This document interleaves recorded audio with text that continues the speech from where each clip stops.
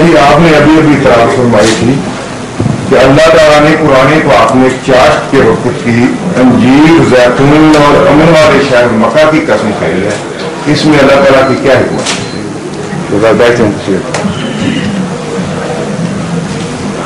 یہ تین سمبلز ہیں تین بڑی مذہبی قوموں کے جن کا آپس میں گہرا تعلق ہے.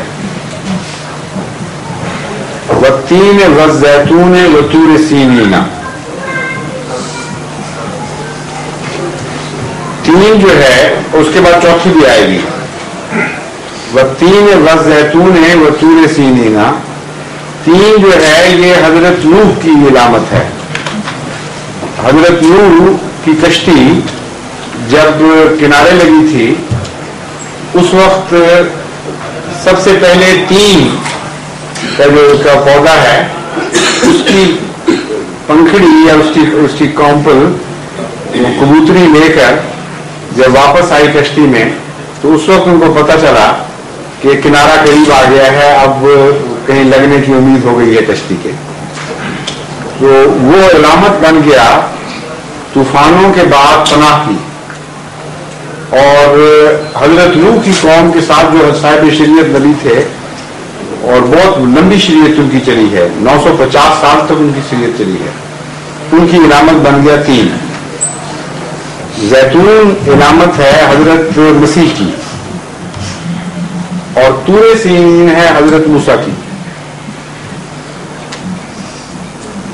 صرف الفاظ آگے پیچھے اس لیے رکھے گئے ہیں کہ کلام کا جو ردم ہے اس کے لحاظ سے اور بھی وجوہات ہیں، لیکن ردم بھی ایک وجہ ہے جہاں قرآن کریم بعض دفعہ الفاظ کو آگے پیچھے کر دیتا ہے. اس لیے سینین کا وزن تقاضا کرتا تھا کہ اسے بعد میں ذکر کیا جائے، اگرچہ حضرت موسیٰ پہلے ہیں. آخر پر آخری نبی جس پر شریعت مکمل ہو گئی ہے وہ حضرت رسول اکرم صلی اللہ علیہ وسلم ہے، اور آپ کی علامت بلد الامین تھا.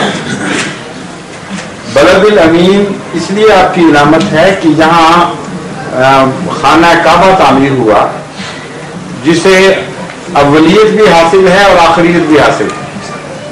اور بلد الامین کو اس لیے نشانی بتایا گیا کہ یہ نہ خیال ہو کہ حضرت نوح پہلے ہونے کی وجہ سے کوئی فضیلت رکھتے ہیں، یہ پہلے انبیاء رسول کریم صلی اللہ علیہ وسلم سے پہلے تھے اور حضرت صلی اللہ علیہ وسلم آخری ہیں. ایک پہلو سے تو آپ کو فضیلت ہے، دوسرے پہلو سے نہیں ہے. بلد الامین وہ مقام ہے جہاں سب سے پہلے خدا کا گھر تعمیر ہوا تھا، اور وہ مقام ہے جہاں شریعت میں انتہا کو پہنچنا تھا اور اس گھر میں ساری دنیا کے اجتماع کا سمبل بن جانا تھا.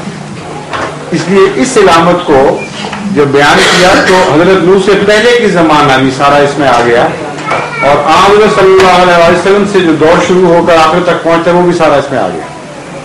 تو یہ ایسے سمبلز ہیں چار جنہوں نے مذہبی مکمل تاریخ کا احاطہ کر لیا.